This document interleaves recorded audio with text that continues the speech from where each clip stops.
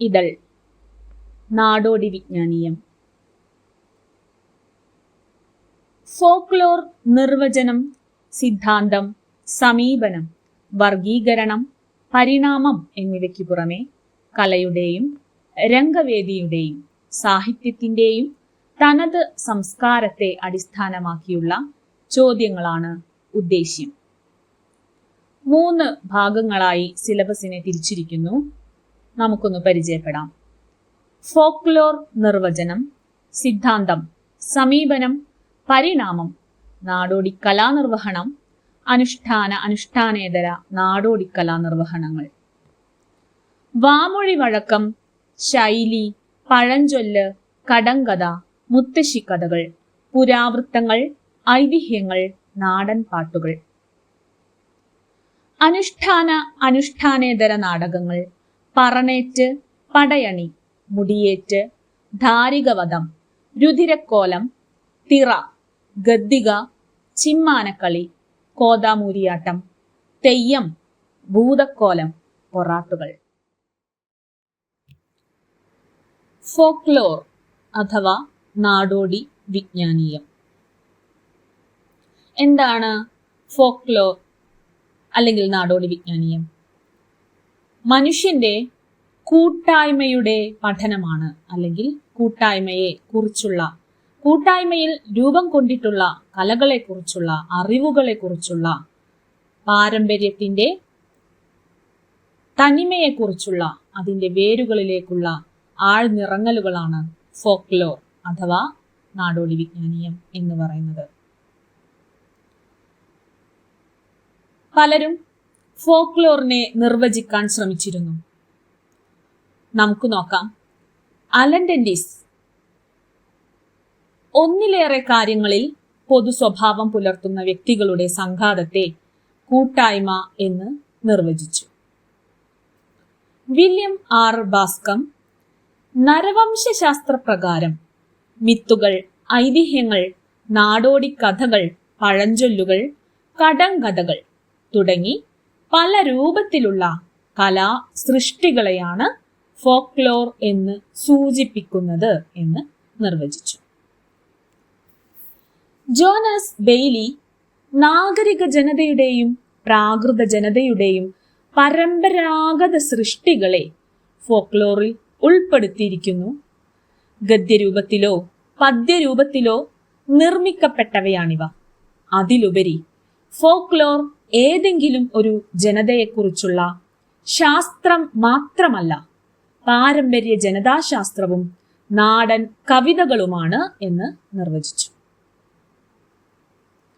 വാമൊഴി വഴക്കത്തിന്റെ പരിധിയിലായിരുന്നു ഫോക്ലോറിന്റെ വളർച്ചയുടെ ഒരു വലിയ കാലഘട്ടം മുഴുവനും. അതായത് ഫോക്ലോർ എന്നാൽ വാമൊഴി വഴക്കങ്ങൾ മാത്രമാണെന്ന് വിശ്വസിച്ചിരുന്ന ഒരു കാലഘട്ടമായിരുന്നു നമുക്കുണ്ടായിരുന്നത്.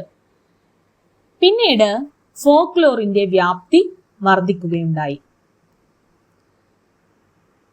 പോപ്പുലർ ആന്റിക്വിറ്റീസ് എന്ന് പാരമ്പര്യത്തിന്റെ ഭാഗമായ എല്ലാത്തിനെയും നമ്മൾ പൊതുവായി വിളിച്ചു. എങ്ങനെയാണ് ഫോക്ലോർ എന്ന പദം ഉണ്ടായത്? ജനകീയ പഴമയെയും ജനകീയ സാഹിത്യത്തെയും കുറിക്കാൻ 1896 August 22 William J Thoms Athenaeum മാസികയിൽ ഫോക്ലോർ എന്ന പദം ആദ്യമായി ഉപയോഗിക്കുന്നതിലൂടെയാണ് ഫോക്ലോർ എന്ന പദം രൂപം കൊണ്ടത്. ഫോക്ക് എന്ന പദത്തിന് നാടോടി എന്ന അർത്ഥം കൽപ്പിച്ചു. ലോർ എന്ന പദത്തിന് വിജ്ഞാനം അല്ലെങ്കിൽ പഠനം എന്നൊക്കെ അർത്ഥം കൽപ്പിച്ചു. ഫോക്ലോറും ഫോക്ലോറിസ്റ്റിക്കും എന്താണ് എന്ന് നോക്കിയാലോ. ആദ്യകാലത്ത് ഫോക്ലോർ വസ്തുതകളെയും അവയെക്കുറിച്ചുള്ള പഠനത്തെയും സൂചിപ്പിക്കാൻ മൊത്തത്തിൽ ഫോക്ലോർ എന്ന് ഉപയോഗിച്ചു. അവയെക്കുറിച്ചുള്ള പഠനത്തെയാണ് ഫോക്ലോറിസ്റ്റിക് എന്ന് പറയുന്നത്.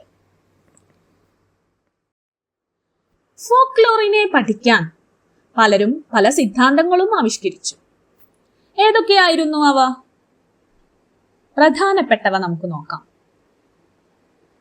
സൗര സിദ്ധാന്തം, അനുഷ്ഠാന സിദ്ധാന്തം, ഇന്ത്യനിസ്റ്റ് സിദ്ധാന്തം, ഫിന്നിഷ് മെത്തേഡ്, കെട്ടുമുറ സിദ്ധാന്തം, ലംബ തലാപഗ്രഥന രീതി, തിരശ്ചീന തലാപഗ്രഥന രീതി തുടങ്ങിയവയായിരുന്നു അവ.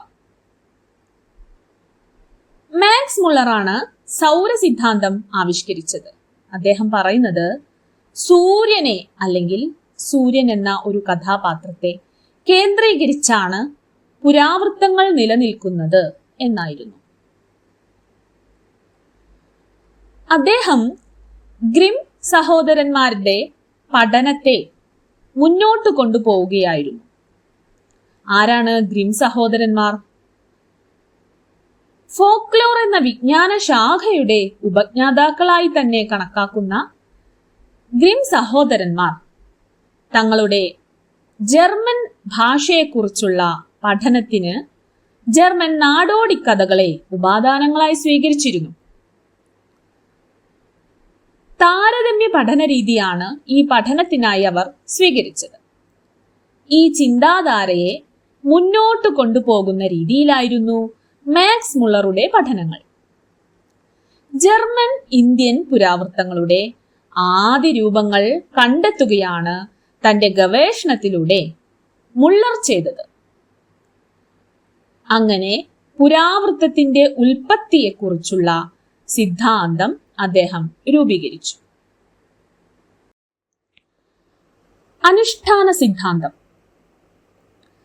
പുരാവൃത്തങ്ങളിൽ നിന്ന് അനുഷ്ഠാനങ്ങളല്ല, മറിച്ച് അനുഷ്ഠാനങ്ങളിൽ നിന്ന് പുരാവൃത്തങ്ങളാണ് സൃഷ്ടിക്കപ്പെട്ടത് എന്ന് വാദിച്ച James George Frazer, Andrew Lang, W.J. Cox എന്നിവർ ആവിഷ്കരിച്ച സിദ്ധാന്തമായിരുന്നു അനുഷ്ഠാന സിദ്ധാന്തം.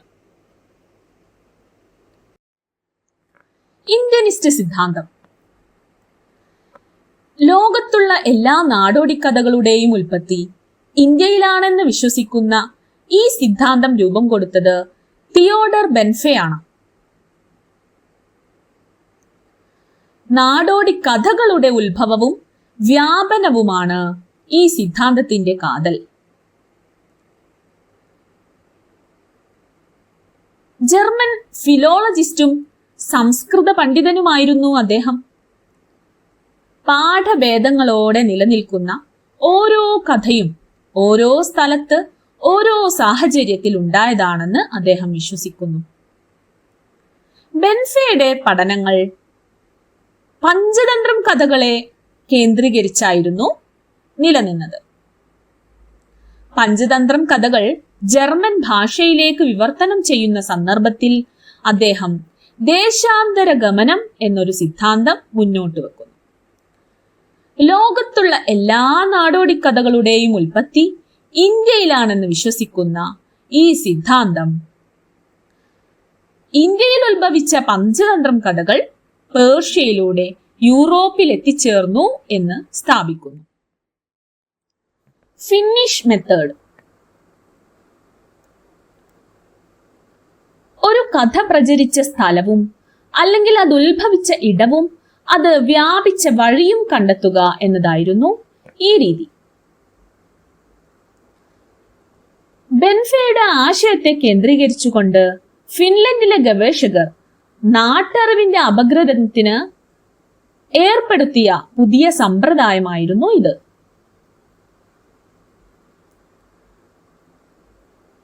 ജൂലിയസ് ക്രോഹൺ ആവിഷ്കരിക്കുകയും മകൻ കാർലെ ക്രോഹൺ വിപുലപ്പെടുത്തുകയും ചെയ്തു ഈ സിദ്ധാന്തം. 1835 ഏലിയാസ് ലാൻഡ്രോഡ് സമാഹരിച്ച കാലേവാല എന്ന ദേശീയ ഇതിഹാസമാണ് ഫിൻലൻഡ് നാട്ടറിവ് പഠനത്തിന്റെ ശക്തി കേന്ദ്രമായത്. വാമൊഴി വഴക്കങ്ങളെ സാഹിത്യമായി വിലയിരുത്തുന്നതിനായി ഫിന്നിഷ് പണ്ഡിതന്മാർ വികസിപ്പിച്ച ചരിത്ര ഭൂമിശാസ്ത്ര പഠന രീതിയാണിത്. ചരിത്രപരമായ ഫോക്ലോർ പഠനത്തിന്റെ യുക്തിഭദ്രവും ശാസ്ത്രീയവുമായ ഒരു പഠന സമ്പ്രദായമാണിത്. കെട്ടുമുറ സിദ്ധാന്തം. വാമൊഴി രചനാ സിദ്ധാന്തം എന്നുകൂടി ഇതിന് പേരുണ്ട്. നാട്ടറിവ് പഠനത്തിൽ അവതാരകരെയും അവരുടെ പ്രകടനത്തിനെയും ആസ്പദമാക്കി രൂപപ്പെട്ടിട്ടുള്ളതാണ് ഇത്. കഥാഗാനങ്ങൾ രൂപപ്പെടുന്നതിന്റെ ചരിത്രവും രചനാ രീതിശാസ്ത്രവും വിശകലനം ചെയ്യാനാണ് ഈ സമ്പ്രദായം ഉപയോഗിച്ചിട്ടുള്ളത്. മിൽമൻ പ്യാരിയാണ് ഇതിന്റെ ഉപജ്ഞാതാവ്. ആയിരക്കണക്കിന് വരികളുള്ള നാടൻ പാട്ടുകൾ ഓർത്തിരിക്കാനുള്ള അവതാരകരുടെ സിദ്ധിയെ പറ്റിയുള്ള അന്വേഷണങ്ങളാണ് ഈ സിദ്ധാന്തത്തിലേക്ക് മിൽമൻ പ്യാരിയെ നയിച്ചത്.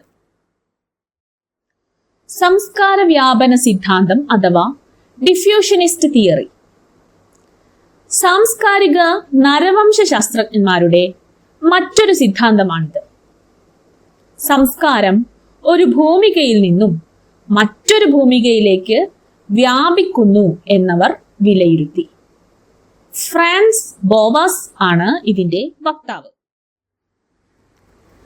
തിരശ്ചീന തല അപഗ്രഥന രീതി. അലൻഡൻഡസ് പ്രോപ്പിന്റെ മോർഫോളജി ഓഫ് ദി ഫോക്ലോർ എന്ന ഗ്രന്ഥത്തിൽ നാടോടി കഥയെ രൂപപ്പെടുത്തുന്ന വ്യത്യസ്ത ഘടകങ്ങളെയാണ് മോർഫോളജി എന്ന് വിളിക്കുന്നത്. സസ്യശാസ്ത്രത്തിൽ നിന്നും കടമെടുത്ത ഒരു പദമാണ് മോർഫോളജി. ഇതിൽ കഥകളുടെ ഘടനയെ അദ്ദേഹം രേഖീയമായി അപഗ്രഥിച്ചു. കഥാധർമ്മങ്ങളെയാണ് അദ്ദേഹം കേന്ദ്രീകരിക്കുന്നത്. ലെവിസ്ട്രോസ് ലംബതലാപഗ്രഥന രീതിയിലൂടെ ഘടനാവാദം മുന്നോട്ട് വച്ചു. ഇത്രയുമാണ് ഫോക്ലോറിന്റെ അപഗ്രഥനവുമായി ബന്ധപ്പെട്ട് വരുന്ന സിദ്ധാന്തങ്ങൾ.